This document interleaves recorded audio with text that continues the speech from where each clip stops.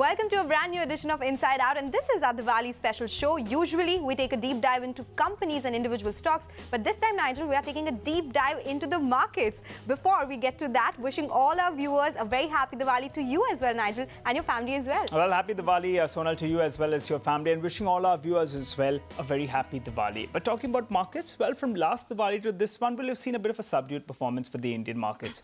We're sitting with a cut of close to around 4.5 to around 5% or thereabouts. Though we need to note that in the global backdrop, we've still done pretty well because many of those global markets, they are sitting with much larger cuts in the similar period. Well, the small cap index, it's taken a sharper knock from the Indian markets, that is. And the reason that the Nifty is under pressure is because one of the pillars of the market, that's the tech-related stocks, well, they have seen an absolute big underperformance. And giving it company on the downside has been the Realty Index, which has also been a big underperformer. But let's talk about the big outperformers. There are two sectors in there. One is autos and FMCG indices. They have done really well in the past 1 year or so. As we can see in the moves that these sectors have seen. But Nigel, what about flows? We've been talking about the big FII flow picture. Tell us more about that. Well, the FIs, they've been the heartbreakers. No two ways about that. You know, they broke up with the Indian markets, it seemed, from last Diwali, and they started selling. In the last 1 year or so, well, they've sold close to around $28 billion. In terms of what have they been selling? Well, obviously sectors where they have the highest ownership. Namely, you have the banking and financial names as well as tech. 97% actually of their selling has been accounted for by these three big sectors. And 11% has been accounted for by oil and gas space. The reason, though, that the Nifty hasn't really fallen apart is that domestic flows, they have been rock solid, as is evident with the DI buy number of close to 31,000 crores, with 65% of that being accounted for by mutual funds. Well, that's about the flow picture. But Sonal, the retailers, they have really been putting in the money. Tell us, how has that been? Okay, Nigel. Well, I actually looked at a longer time frame. So 3 sets of data. How is the shareholding across NSE-listed companies in the last 2 years? Let's look at DIIs. It includes domestic mutual funds, insurance companies, banks, financial institutions, pension funds, and it was at 14.35% in June 2020. But since then, it has been coming down. The lowest level seen at 13.13% last year in September, and then started moving up to the levels of 14.06%. So basically, it has been stable. But now, let's look at the HNIs and retail participation. Retail, that is individuals with up to 2 lakh investment. But first, HNIs. From 1.84% in June 2020, it has been consistently moving up. So the percentage held by HNIs across all NSE-listed companies over quarters has risen to 2.21%, but it has slightly come off from those levels to 2.08%. Now, let's talk about the winner here. That is really the retail investors. So they held around 6.74% in the NSE-listed companies, inched higher to the 7% mark in just the next quarter, and it has been able to hold on to those levels. And now in June 2022, the shareholding is at 7.33%, and this has been increasing since. So the last known number is 7.4%. Interestingly, on the domestic front, the share of retail investor in companies listed on NSE is almost the same as the share of domestic mutual funds. The other way to look at it is the SIP flows. Look at it in September, almost at 13,000 crore rupees, and this has been the highest, at least if we look from last Diwali to this Diwali. Last November, SIP flows were around 11,005 crore rupees, which gradually increased, hit the 12,300 crore mark in March, and then saw some decline. But then it has been around the 12,000 mark for a long time, and in September, it is at 13,000 crore rupees. And the increase in retail participation can also be witnessed in the way demat accounts have increased. We've spoken about it often, but it's almost a 5 times increase from the pandemic levels at 10.25 crore rupees. So this Diwali, bigger pataka is definitely the retail investor. But Nigel, that is about the retail flows. A lot of themes that worked, right? You want to highlight them as well. Which are those? Well, few themes that did play out in the past year include paper, as it was part of the unlock trade as people went back to school, went back to work as well post the lockdown. Paper prices, they remain elevated, and better products mix, well, that's what kept a lot of these stock prices elevated. The China plus one, Europe plus one theme as well has kept chemical stocks in business. And finally, occupancy levels have increased. The average revenue rate per room, well, that as well surged as vacations and staycations, well, they picked up steam as well. But Sonal, those are the themes that worked in the past year. What about in the coming year? What does the street believe? Which themes can work? Well, there are some sectors, Nigel, which are expected to see strength in the next Samvat as well. Let's start with the one expected to be in the fast lane, autos, where strength is to be driven by the CV space in particular, where CV cycle is expected to maintain its momentum and volumes after hitting pre-pandemic levels that is expected in FY23. Remember, even September car sales came in at an all-time high. The next one, which we all like to do, is travel and eat. This gained momentum in how post-COVID. The average revenue per room for some big names saw a big increase versus pre-COVID levels. For Taj, it was up 22%, Lemon Tree up 20%, Ginger up 34%. Even for QSRs, Jubilant Foods revenues and EBITDA high by more than 30% versus pre-COVID levels, and even Westlife saw 41% increase versus revenues and 77% for EBITDA. What's working for them? Well, they have newer avenues of revenue, and at the same time, they have changed cost structures, which is helping profits. Consumer habits of traveling have only gained momentum. This, of course, has some risks, increasing competition and inflation impacting demand. Now, after Gaadi, Khana and Ghumna, let's talk about defense. The stocks have done phenomenally well, and the opportunity size of 9 lakh crore rupees over the next 10 years could ensure that outperformance continues. How is this expenditure split? Well, naval capex is expected at 4.5 lakh crore rupees, so this size is huge, and the Atmanirbhar push is putting a lot of focus on this sector. BFSI. This is one sector many market participants are betting on. The improved outlook in economic conditions and pickup in credit growth. Definitely something everyone is watching out for, Nigel. Well, thanks a lot for that, Sonal. But let's get to that part of the show there where we invite two very, very special guests who are joining in. Mr. Basant Maheshwari, Auto and Portfolio Manager, BM Wealth Advisors, and Viraj Mehta, MD PMS Equirus, who join us on the show. Hi, Basant. Thanks so much for joining in, in the studio, as well as Viraj. Thanks so much for joining in. Well, we've got to listen to your big themes that you want to give us for the next year or so. Basant, you go first. I believe mid-cap cement is something that you like, particularly the ones that are trading at a sharp discount to replacement cost. $50 per ton. There are few companies in there. What do you have for us? I mean, if you put up a fresh plant, no one knows cement better than you in the journalism industry, Nigel. So if you put up a fresh plant, it takes $100, $120. You want to buy a cement plant, you have to pay $164, 164 being the specific number.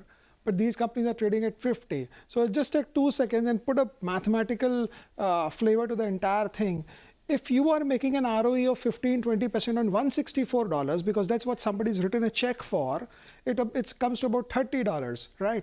If you got a smaller cement plant, you don't sell cement at half the price. You sell cement at a certain discount. So if you're making $30 for a large cement plant, and the smaller ones are available at 40 and 50, this math doesn't add up. So this has to go up sooner or later. I've got very few companies in there that trade at around $50 per ton.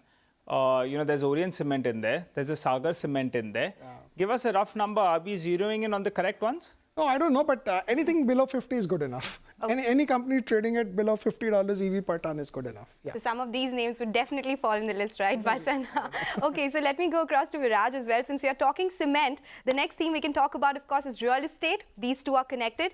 Viraj, some of your top picks are also in the real estate space, proxy to real estate. Tell us more about that, because we've been talking about real estate being in that up cycle. Do you expect it to continue since the interest rates have been rising, and at some point in time, home demand won't be as much? What are your thoughts here? So thanks a lot, first of all, and happy Samvat to you and all your viewers. So how we think about real estate is a very, very localized market.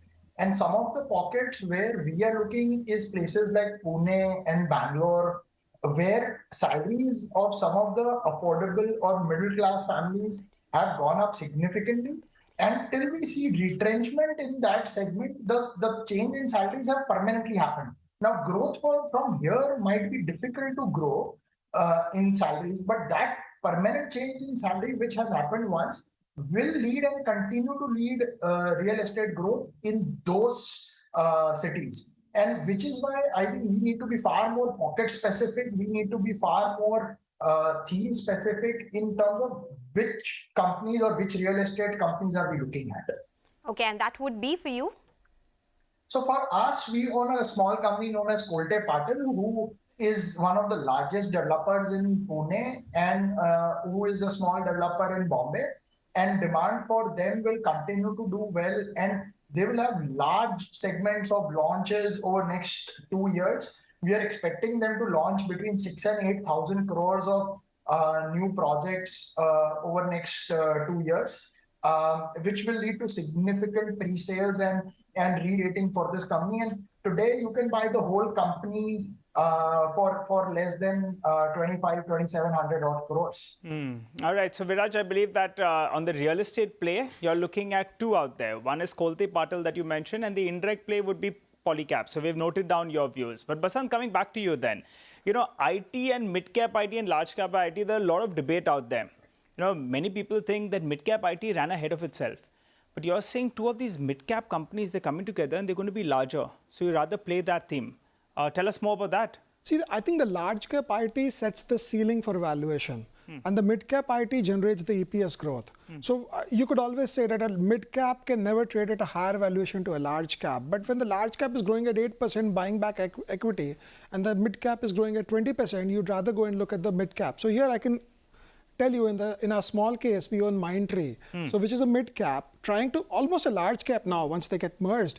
I think, look at the results. The results are good enough. But then you'll say there's recession in US and there would be recession for 2 more quarters and 3 more quarters. As long as this recession doesn't turn into a depression, I think all these companies are going to recover well. And that's the proper way of looking at it. There's nothing in the result, there's nothing in the commentary. So one management can be lying, two could be lying, but all IT companies, no one said that the roof is falling on their head. So I think you should go with what they are saying. Okay. So that is about your mid-cap IT pick. Viraj, let me come to you. And this is my favorite topic as well, snacking, which is one of your top picks as well.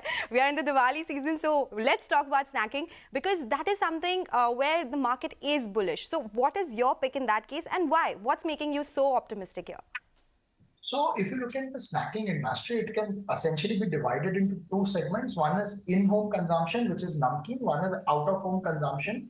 Out-of-home, and these two segments had great divergence in last 2 years, because in-home took a tailwind and out-of-home took a headwind because people were not traveling. Now that has changed. We believe out-of-home consumption should significantly recover. And they were hit by raw material pressures due to palm oil going to 150. So all those headwinds today are turning into tailwinds, both in terms of growth and gross margins. And which is why we believe that companies who have really tightened their belt in this industry, like a Pratap Snacks, which have gone from tier 3 distribution model to mostly tier 2 distribution model, which have eliminated one chain, who have increased their PTR from closer to 4.25 to 4.35. All of this will play out, and we believe if the raw material remains where they are, they should essentially report their highest gross margins and EBITDA margins over the next 4 quarters, which will mean that they are bound to generate highest ever profits. And even today, after 3 years of listing or 5 years of listing, the stock is at a 40% discount to its listing price. So there is a lot of room for upside that we think exists in this company and business. All right, Viraj, let me come back to you. Sonal said that she's very fond of snacking. I'm sure she's very fond of jewelry as well. Now we'll have to find out whether or not she gets some. But I believe you have a theme from there as well. But it's not the, the Titans, the Kalyan jewelers that we normally talk about. Tell us more about the company. So we own, and the disclosure here is that we own all the companies we discussed. And we own a large company known as Angamel Jewelry. They are one of the largest retailers of gold jewelry in South India. They own 52 stores there, but they're not in Chennai. They're in tier 2 and tier 3 towns. So they are one of the largest in Madurai, Coimbatore, Dindigul, and people from Tamil Nadu know that brand. The company is growing from essentially 1,500 crore revenue 2 years back. They should end this year between 2,800 crores to 3,000 crores. And more importantly, they are improving their product mix with better diamond-studded jewelry and silver jewelry. They're one of the highest inventory turnover. They've hired one of the best consultants, Goldratt, which were consultants even for Titan. And with the market share that these guys are gaining from the unorganized industry due to mandatory hallmarking, we believe there is a long runway of growth for this segment. And considering some of the peers who trade between 2 times sales to 8 times sales, depending on which listed peer are you looking at, this guy is available even today at less than 0.7 times sales. So there is both runway of growth in top line and earnings and in PE rating. Okay. Okay, I hope the message is received by the person who has to buy me jewelry, but we'll just slip into a short break now. We'll discuss more themes for the new Samvat on the other side. Stay tuned.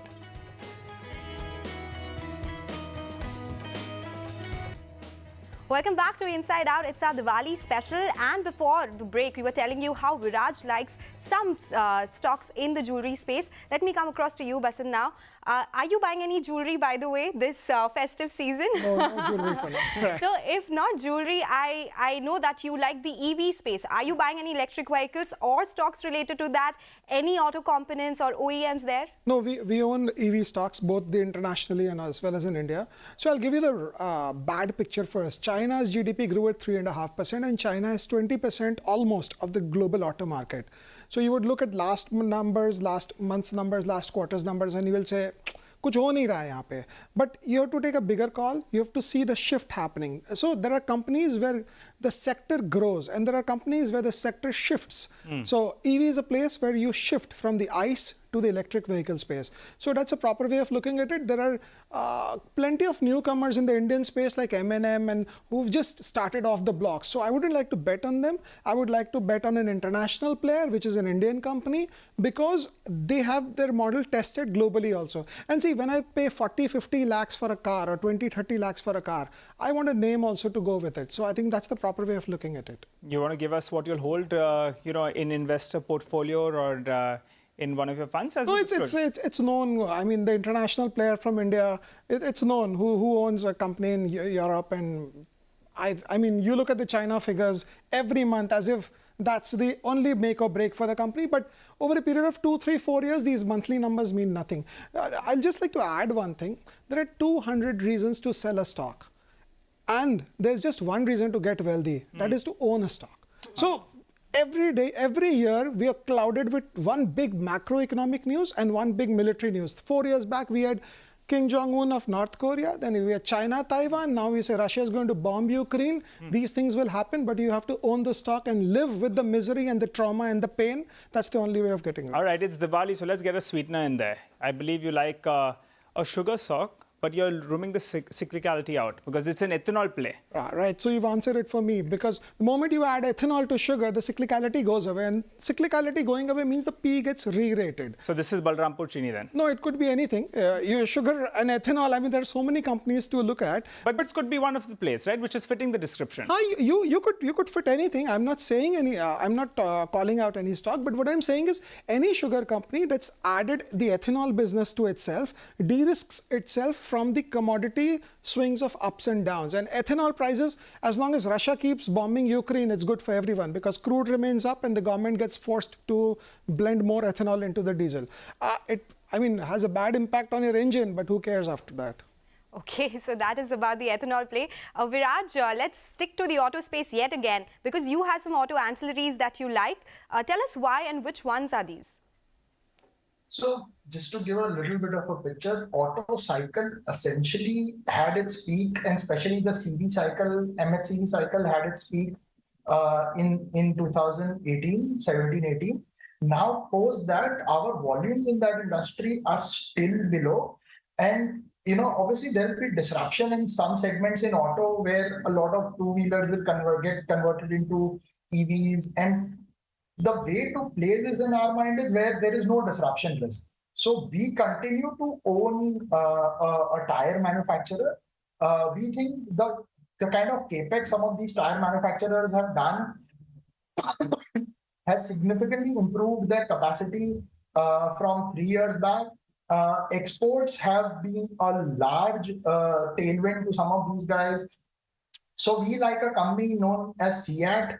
And for CEAT, out of 10,000 crore of revenue, the company now has 2,000 crore of exports, and we think the margins have bottomed out. So we essentially like pure play companies where margins will only look up from here because the commodity prices have come down, and CEAT is a very big play in that. We think over the next 3 years, there is tailwind both in terms of top line growth and margin improvement for CEAT. Okay, all right, Viraj noted that. But Basant, the one big change from a couple of Diwalis ago till this Diwali would be the equity cult. And that's really growing here in India. Various ways to play it, but you have only one exchange that's listed and only one depository that's listed.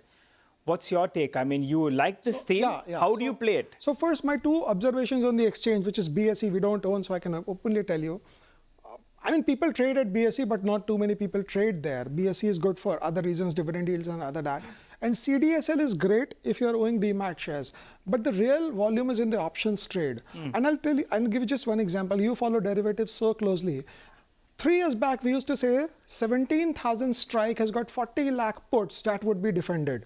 These days, we say 17,000 strike has got 1 crore 20 lakh puts and that would be defended, which means the number of puts have tripled, which means people have tripled on the options trade. So who benefits when you play options? Brokerages. The online brokerages. So you could buy any one of them, the online brokerages. That's a proper way of looking at it. And they have removed the cyclicality. So from 2007 to 2022, the markets have gone up and down. But the trading volume have grown at 24% CAGR over the last 15 years. And then I can give you the same blah, blah, blah of the demographic dividend, 25% ke niche, itna percent of India, and you'll fall off to sleep, say, I don't know to hear that again. Basant, what we want to know is which stock. Is it ICICI Securities? Is it Angel One? So which one is growing faster? I think the readers can do their own homework. The ones which are growing fast. I think some of the ones that I've named as well. Maybe, yeah. Okay, that is some food for thought for our viewers. You have to guess that. But Basant and Viraj, it has been a pleasure. Thank you so much for joining us and taking a deep dive in the themes that both of you like. But for now, we have run out of time on this episode of Inside Out. It's a goodbye from Nigel and I. Well, thanks a lot for watching and wishing you a prosperous and profitable Samvat 2029.